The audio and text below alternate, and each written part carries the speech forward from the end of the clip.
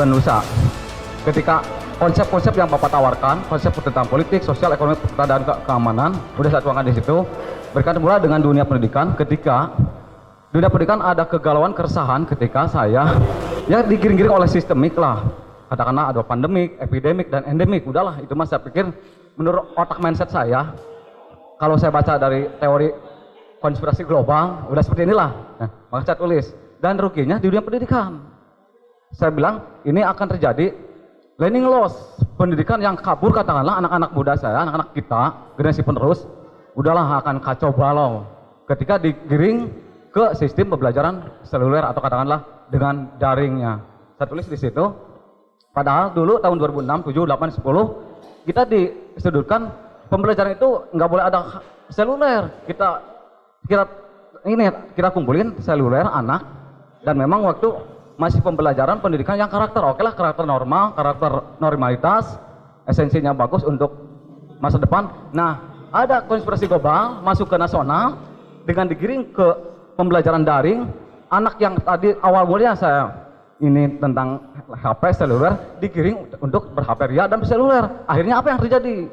Kondisi pembelajaran nggak maksimal, tatap muka dengan guru juga nggak begitu. Konsep belajar kita loss, akhirnya kita punya konsep learning loss, pembelajaran, dan besok lusa akan terjadi seperti ini. Saya tulis di buku yang saya sampaikan ke kesepuan, ke Bapak. Nah ini, jadi kekhawatirannya, alhamdulillah hari ini dapat pencerahan. Ketika kita punya konsep besar, banyak tawaran-tawaran dari Bapak Ramli, Dr. Ramli, alhamdulillah besok mungkin kita sukron, bisa bilang, mudah-mudahan kita akan ada perubahan selanjutnya. Cuman masalahnya, pertanyaannya, sampai kapan ini kita dikondisikan seperti ini oleh seseorang, katakanlah si Kehed tadi. Ya, itu saya barangkali. Terima kasih. Assalamualaikum warahmatullahi wabarakatuh. Terima kasih. Saya barangkali bisa mewakili emak-emak di sini untuk sekedar bertanya kepada Pak Rizal Ramli. Yang kalau dipikir-pikir, kalau ibu-ibu itu biasanya emak-emak itu liur lah bandungan politik mah panginten. Jadi yang dia pikirkan tidak ada lain mengenai keadaan ekonomi sekarang ini, begitu Pak Rizal. Barangkali gitu ya, saya sesuai dengan apa yang disampaikan oleh Pak Mehmet tadi, kalau bisa gitu ya, sebelum tahun 2004 itu benar-benar sudah ganti lah seperti ini. Jadi karena sudah bingung ini melihat keadaan ekonomi seperti sekarang ini, keluhan ibu-ibu mah tidak ada lain seperti itu. Bukan kita nggak ngerti politik, bukan kita nggak ngerti ini itu, bukan ya Pak ya. Tapi ya yang utama yang dipikirkan ibu-ibu nggak ada lain, masalah dapur begitu yang makin lama ya seperti ini makin carut marut kayak begini. Ini yang mungkin yang ingin kita ada perubahan gitulah Pak. Terima kasih, itu saja barangkali apa yang ingin saya sampaikan kepada Pak Rizal Ramli. Terima kasih. Assalamualaikum warahmatullahi wabarakatuh. Saya Harun Al-Rashid, Pak. Jadi kalau bicara tentang kelompok mana, saya mungkin kelompok milenial ya Pak ya. Walaupun di organisasi saya juga banyak megang peran, terutama di bidang pendidikan Pak. Saya Sekjen Afgan Jabar dan Sekretaris di DHC BPK 45. Baik Pak, ini tadi membahas tentang yang Bapak sampaikan. Weinberg dan Rubington mengatakan masalah sosial adalah kondisi dalam suatu masyarakat yang tidak sesuai dengan nilai. Jadi di Indonesia ini banyak norma Pak sebenarnya. Kita sama-sama tahu, kita masalah di bahasa daerah juga itu ada norma, kita undang-undang itu juga norma, tetapi memang pejabat kita suka lupa akan hal itu ya Pak ya, suka lupa akan identitas. Terus kemudian, banyakkan para pemimpin kita ini adalah hasil dari pencitraan Pak. Pencitraan yang dimana masuk gorong-gorong di tagline luar biasa gitu ya Pak ya. Terus kemudian nolong orang, padahal mas dalam kehidupannya nggak begitu Pak. Cuman itu menjadi tren politik sekarang Pak. Jadi banyak masyarakat kita kena tipu dengan media tadi. Terus kemudian bicara tentang masalah di Indonesia, ada yang disebut dengan oligarki. Oligarki Bapak tadi sebut ya Pak ya. Seperti para pengusaha menjadi sponsor untuk para calon pilkada, kontestan pilkada. Ini luar biasa sekali Pak, ini pengetahuan buat saya dan buat kita semua juga. Jadi yang bisa jadi pemimpin daerah itu bukan orang-orang berpotensi, Pak. Termasuk baik tingkat daerah kecil sampai tingkat nasional. Seperti Bapak tingkat nasional, tapi di tingkat daerah udah mentok, Pak, sama arus-arus yang tidak baik tadi. Seperti Bapak sampaikan, Pak Fatah fisiknya kan gitu. Jadi di brainstormingnya begitu terus. Jadi orang-orang berpotensi itu tidak kena. Nah, itu bicara tentang oligarki ya Pak ya. Karena ada pengusaha-pengusaha yang memsponsor adalah bagi pilkada yang Mbe aja didasiin jadi bupati, jadi menteri Pak. Jadi bupati, jadi kepala daerah, bahkan jadi presiden. Mbe aja gitu, kambing aja bisa begitu. Nah terus kemudian bicara tentang UU nomor 7 tahun 2017 tentang presidensial threshold.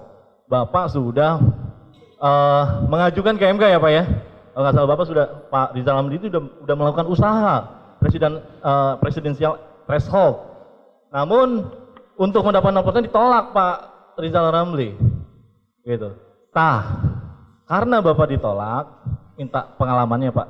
Nah karena saya juga hanya mengingatkan juga Pak, ini benar-benar zaman media itu sangat cepat dan yang putih jadi hitam, yang hitam jadi putih Pak.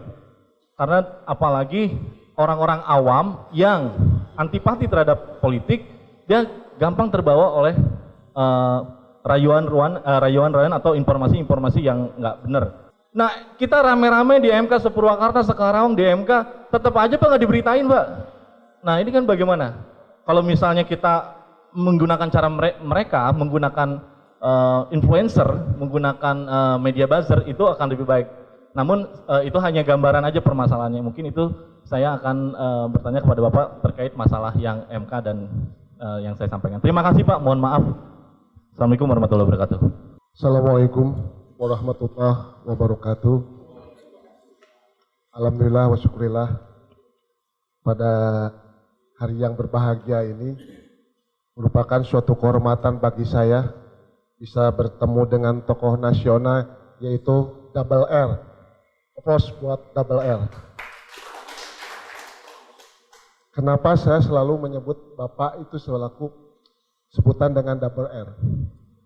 Dari dulu di zaman era reformasi saya selalu terus mengikuti ceramah-ceramah Bapak.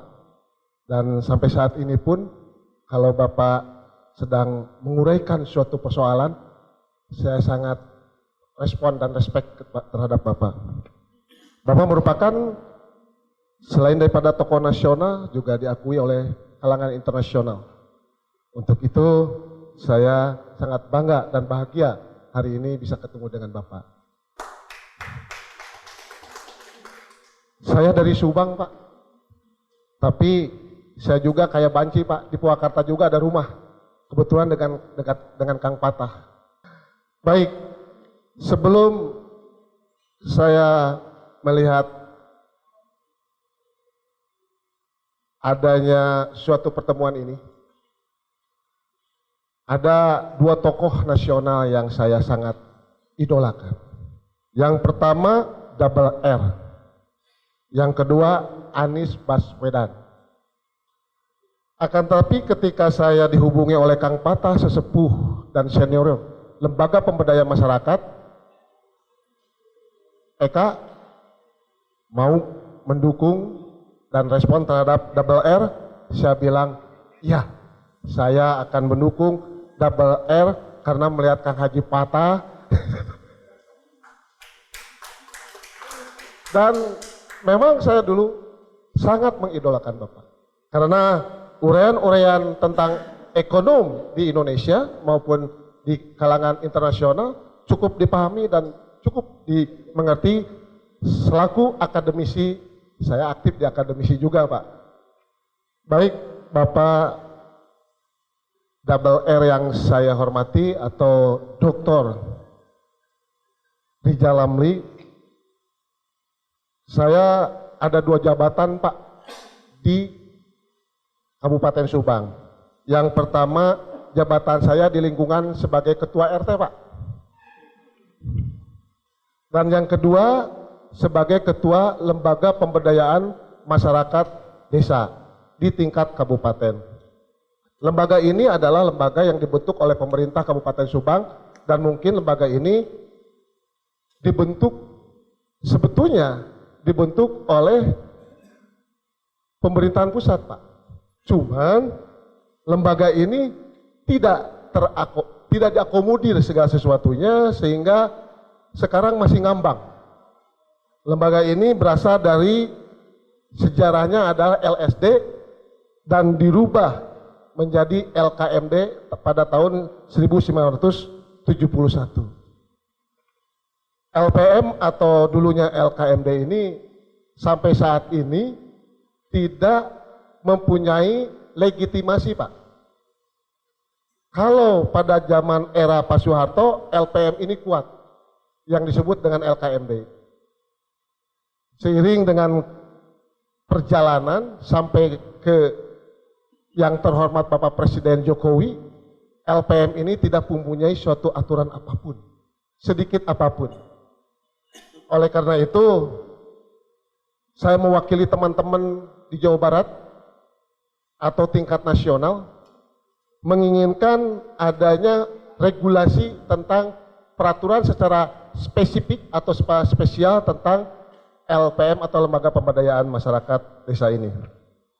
Baik di tingkat provinsi, kabupaten, ya, sampai ke tingkat desa. Ada uraian yang harus saya sampaikan kepada Bapak.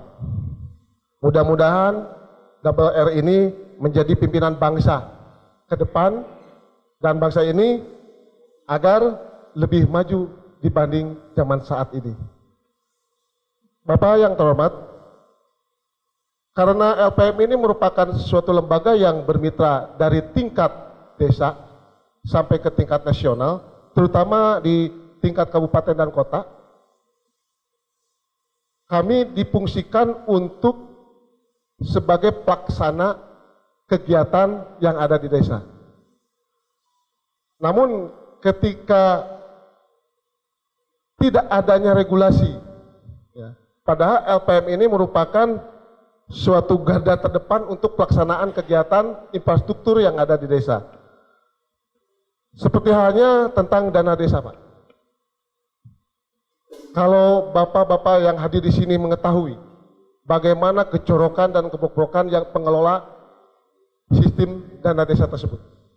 Nah, seandainya nanti Bapak menjadi presiden, amin, kun fayakum, tidak ada yang mustahil bagi Allah. Saya doakan Bapak berhasil untuk mencapai RI 1. Protap, sistematik mekanisme dana desa harus lebih diperbaiki, Pak. Jangan sampai ini ada intrik untuk korupsi bersama, Pak. Sebab di lapangan saya mengetahui bahwa spek dari pembangunan infrastruktur yang ada di desa tersebut tidak disesuai. Itu. Yang satu, saya harapkan pengawasan yang ketat. Seperti itu. Pengawasan ke depan tentang dana desa harus lebih ketat. Ya kan? Harus lebih ketat. Terutama ada 30% untuk pemberdayaan, sehingga jangan diprioritaskan terhadap pembangunan infrastruktur saja. Terima kasih. Bagus sekali. Karena bangsa-bangsa yang besar utamakan justru pendidikan. Misalnya, Jepang kan nggak punya apa-apa. Korea, Taiwan nggak punya sumber daya alam, tanahnya terbatas. Kekuatan mereka, keunggulannya adalah manusianya.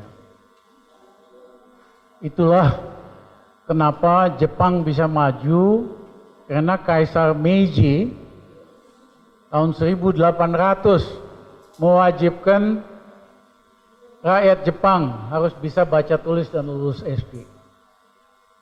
Dan mengirim putra terbaik Jepang untuk belajar ke seluruh dunia, pulangnya jadi agen pembaruan. Sehingga tahun 1903 pertama kalinya bangsa Asia ngalahkan Eropa, Jepang ngalahkan Rusia di Vladivostok. Jadi bangsa yang canggih justru fokus sama pendidikan. Itu yang dilakukan oleh Mahathir. Begitu dia jadi Perdana Menteri, dia kirim 20.000 orang Malaysia buat sekolah ke seluruh dunia. Pulangnya jadi agen pembawa. Itu yang dilakukan oleh Deng Xiaoping, 100.000 orang dikirim ke luar negeri. Pulang mereka jadi agen pembawa. Sementara kita nganggap pendidikannya sebagai tidak penting, guru-guru banyak yang masih honorer, dibayarnya murah sekali, dan ini kita harus benahi. Kami sendiri waktu mahasiswa perjuangkan, seperti Mas Tito katakan, undang-undang wajib belajar. Akhirnya disetujui pemerintah, sehingga 8 juta anak SD bisa sekolah. Yang kedua, anggaran digedekan, tapi nggak cukup, kita harus perbaikin dari segi kualitas. Nah, kalau ibu tadi jelas, ibu-ibu di seluruh dunia sama, dia sangat fokus sama keluarganya, bagaimana bisa hidup nyaman, bisa hidup sehat, bisa gizi cukup. Kita itu namanya indeks pembangunan manusia, jadi bukan GDP, yaitu indeks kesehatannya, pendidikannya, gizinya. Itu di seluruh dunia, Indonesia masih sangat rendah sekali. Ya, kita harus fokus buat ningkatin indeks pembangunan manusia, sehingga keluarga-keluarga itu bisa punya rumah, lebih sejahtera, dan harusnya bisa, Bu. Ya, insya Allah nanti kita akan kerjakan. Tadi soal milenial, zaman pemimpin pencitraan udah selesai. Dulu Jokowi media darling 7 tahun yang lalu. Hari ini semua media sebel dia. Ya. Kenapa? Karena modalnya hanya pencitraan aja. Apa yang dikatakan dengan tindakan berbeda 180 derajat. Pidatonya ke kiri, tindakannya ke kanan. Kalau pemimpin kayak begitu, nggak bisa dipercaya. Ya, jadi hari ini berdasarkan survei, rakyat kita ingin pemimpin satu yang amanah, kedua yang bisa nyelesain masalah, bukan hanya pencitraan, terutama masalah ekonomi. Yang ketiga, pengen pemimpin yang tegas. Tegas itu tidak otomatis tentara tegas. Banyak juga tentara yang nggak tegas, tapi termasuk orang sipil yang juga berani tegas terhadap berbagai kejahatan ini. Jadi udah berubah. Tapi cilakanya survei-survei masih ngandalin asal populer. Sehingga kebanyakan capres-capres ini kontrak media supaya dia diberitakan terus, isi beritanya nggak ada apa-apanya, kontennya nggak ada isinya, tapi mereka masuk media, jadi populer. Ya, padahal itu hanya penipuan popularitas aja. Kalau ditanya mau ngapain, apa yang akan dilakukan, ya nggak ngerti juga. Ya, tapi syukur alhamdulillah fase pemimpin pencitraan ini di Indonesia udah selesai. Orang cari antitesesnya, yang sebaliknya, yang justru bisa menyelesaikan masalah kita yang sulit ini. Kalau Kang Eka dari Subang, terima kasih. Kalau boleh cerita, yang memperjuangkan undang-undang desa, namanya Organisasi Parade Nusantara, Asosiasi Kepala Desa di seluruh Indonesia, tahun 2012-2014. Ketua Dewan Pembinanya namanya Dr. Rizal Ramli. Kami kumpulkan 500 kepala desa se-Jawa Timur di Malang supaya ada undang-undang desa, supaya desa dapat dana buat pembangunan 1 miliar lebih. kami kumpulkan 400 seluruh kepala desa Jawa Tengah. Di Semarang, kami kumpulkan 500-an kepala desa seluruh Jawa Barat dan Banten. Di Banten, belum di daerah-daerah di seluruh Indonesia. Perjuangan itu butuh waktu 2 tahun. Karena pemerintah Indonesia biasa, kalau menyangkut rakyat dia nggak tertarik. Tapi menyangkut kalangan bisnis atau cukong, dia semangat bikin undang apa-apa aja. Karena pada dibayar kan. Tapi menyangkut rakyat desa atau BPJS, mereka nggak tertarik. Sehingga kita organisir demo kepala desa di Jakarta sampai 6 kali. Ya, nyaris jebolin anggota DPR. Barulah pemerintah SBY waktu itu akhirnya setuju. Jadilah undang-undang desa. Baru dilaksanakan waktu masa Jokowi, dibagilah daerah-daerah uang setiap desa lebih dari 1 miliar, termasuk 30%-nya untuk pembinaan. Nah, tapi dalam prakteknya banyak pat gulipat di dalam soal pelaksanaannya. Ya kita benahin lah. Nggak susah kok membenahin begitu. Saya ini dulu kepala Bulog, lembaga yang paling korup di Indonesia. Setelah Pertamina, bisa kita beresin.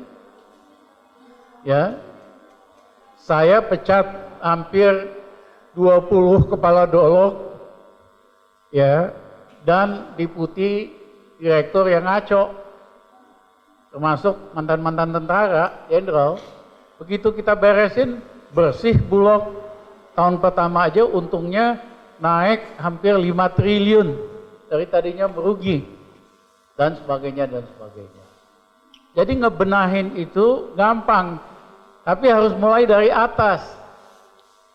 Ya, karena justru masalah itu diimplementasi. Jadi Kang Eka nanti kita benahin ini nggak ribet-ribet amat. Nah yang kedua adalah undang-undang BPJS. Indonesia tidak punya undang-undang BPJS. Padahal BPJS itu selain ngurus pensiunan buat buruh atau pekerja yang pensiun, ngurusin kesehatannya. Tahun 1860 di Skandinavia, di Jerman, waktu itu namanya Prussia, udah dibikin undang-undang BPJS atau undang-undang Social Security System. Karena kalau Prussia nggak ada, Prussia jatuh ke tangan komunis. Jadi pekerja harus disejahterakan pakai undang-undang Social Security System BPJS. Amerika bikin undang-undang Social Security System tahun 1930 pada saat ekonomi Amerika lagi hancur-hancurnya. Presiden Roosevelt mulai. Singapura bikin itu tahun 70-an, Malaysia punya, sehingga buruh di Singapura bisa dapat tunjangan perumahan, kesehatan, lain-lain itu dari BPJS-nya. Kita pemerintah Indonesia nggak tertarik karena ini ngurusin rakyat. Mohon maaf, semua presiden di Indonesia begitu kelakuannya. Kalau udah jadi presiden dia lupa sama rakyat. Presiden SBY pada waktu itu nggak mau, sehingga kita harus mobilisasi dengan Serikat Pekerja seluruh Indonesia, dengan Saudara Iqbal, 14 federasi buruh, kita tekan supaya pemerintah SBY menggolkan undang-undang BPJS. Pakai demonstrasi ratusan ribu orang, pakai hampir 2 tahun setengah, press conference, perang opini, demo, baru goal.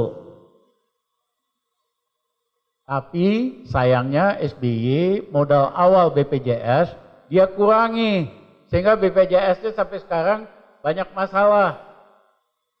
Tapi undang-undang itu goal, dan sebetulnya buat rakyat miskin bagus sekali, terutama yang nggak punya asuransi kesehatan. Nanti kita benahin, itu mah nggak repot itu. Kita benahin BPJS-nya. Sehingga betul-betul bisa jadi alat untuk mensejahterakan rakyat dalam bidang kesehatan. Nah, teman-teman bisa lihat di sini, Rizal Ramli ketika di dalam pemerintah berbuat banyak buat mengubah Indonesia, buat memperbaiki Indonesia. Waktu saya Menko pemerintahan Gus Dur, ekonomi minus 3%. 21 bulan kita naikin 4,5%. 7,5% dalam 21 bulan. Gaji pegawai negeri, ABRI, pensiunan, kita naikin 125% dalam 21 bulan. Ekspor kita naikin 2 kali lipat. Tadi Kang Mehmet bilang soal Gini Index. Pemerintahan Gus Dur 2 tahun berhasil mengurangi orang miskin nyaris 10 juta orang. Jokowi bisanya 1 tahun kalau normal hanya ngurangin orang miskin 1 juta. Hari ini malah nambah orang miskin. Pemerintah Gus Dur 2 tahun 10 juta. Jadi buat kami buat mengurangi kemiskinan dan mengurangi indeks Gini Index memperbaiki. Itu nggak butuh waktu lama-lama, 2 tahun kita bisa terapin. Itu kalau saya di dalam, kalau di dalam kan cepet. Tapi kalau kita di luar memperjuangkan sesuatu, perlu stamina. Nggak cukup hanya sekali pernyataan, sekali demonstrasi, sukses. Itu mah ngawur, nggak ada ceritanya. Undang-undang tadi, pendidikan dasar. Itu kita butuh waktu hampir 2 tahun lebih. Undang-undang BPJS butuh 2,5 tahun demo di luar. Undang-undang desa 2 tahun. Artinya kalau di luar kita harus lebih ulet, harus mobilisasi rakyat. Karena pemerintah itu dia cenderung hanya dengar yang punya uang. Dengar yang punya duit, tukang, bandar. Kalau itu yang minta undang-undang cepat beres. Kayak ibu kota baru nih bisa beres, omnibus law bisa cepat. Tapi kalau menyangkut rakyat dia nggak mau, kita mesti tekan mereka. Nah kami buktikan di luar kita bisa bikin perubahan, apalagi di dalam. Rizal Ramli jadi Menko banyak sekali perubahan yang kita lakukan. Saya selamatkan Garuda, PLN nyaris bangkrut, minus 9 triliun modalnya, tanpa disuntikin dana, saya berhasil perbaiki PLN. Modalnya dari minus 9 triliun jadi 114 triliun dalam waktu hanya 1 tahun. PLN nggak jadi bangkrut, Garuda nggak jadi bangkrut. Ya, apalagi Rizal Ramli jadi presiden. Ya. Jadi bapak-bapak, saya kenapa prioritas saya pertama tanah Pasundan. Kenapa saya keliling-keliling ini? Pertama kali saya ke Bogor dulu, saya gede dari Bogor, ke Bandung, hari ini ke Purwakarta, bulan kedua Februari mau ke Cililin, Tasik, karena saya merasa walaupun saya lahir di Padang cuma sampai 7 tahun, saya setelah 7 tahun tinggal jadi di Bogor, ya biasa nyari Sunda, minum air Pasundan, hirup udara Pasundan, punya beban. Kalau Pasundan makmur, Indonesia pasti makmur. Kalau Indonesia damai, aman, Pasundan damai, aman, pasti Indonesia damai dan aman. Jadi perubahan kita mulai dulu dari tanah Siliwangi. Baru ke yang lain-lainnya. Saya pikir bisa kok. Karena orang Sunda ini doyannya heureuy. Tapi heureuy serius, oi. Heureuy mah jalan, serius mah jalan gitu loh. Ya, kalau orang Sunda, Pasundan udah pengen perubahan lebih cepat, jadi tuh barang. Ya, kalau yang lain kan bilang gini, mohon maaf, iya, tapi di belakang mah kagak gitu loh. Itu kan ada, ya kan?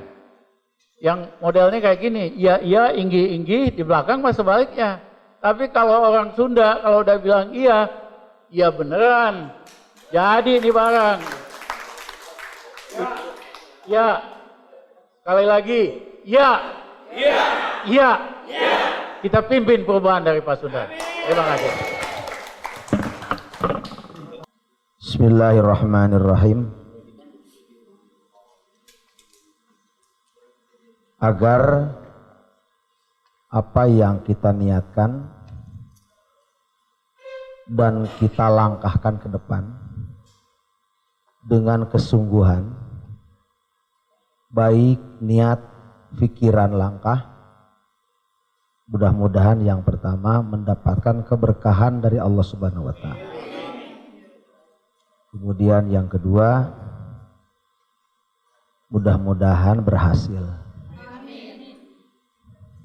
Sekali lagi mudah-mudahan berhasil. Bahkan mudah-mudahan berhasil secepatnya. Marilah kita berdoa. Allahumma salli ala sayyidina wa habibina wa syafi'ina wa karimina wa dhuhrina wa maulana Muhammad. Allahumma biwasilati nabiyyika Muhammadin sallallahu alaihi wasallam wa ahlihi wa azwajihi wa jami'u ulamaika wa tabi'in wa tabi'at hasil maqasidana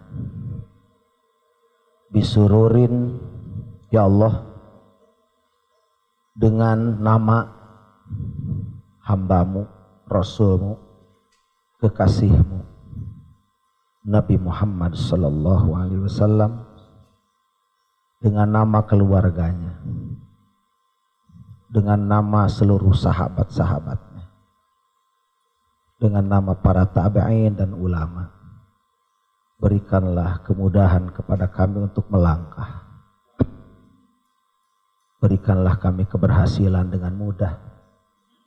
Fa innahu yasirun fa inna kulla asir alaika yasir.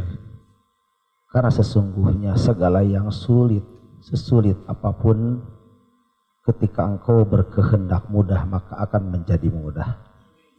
Allahumma yassir umurana wa hassil maqasidana. Ya Allah, mudahkanlah urusan kami semua. Mudahkanlah urusan bangsa ini ya Allah. Dekatkan dengan berbagai kebaikan ya Allah. Jauhkan kami dari berbagai keburukan, karena Engkau yang maha dahsyat, Engkau yang maha kuasa.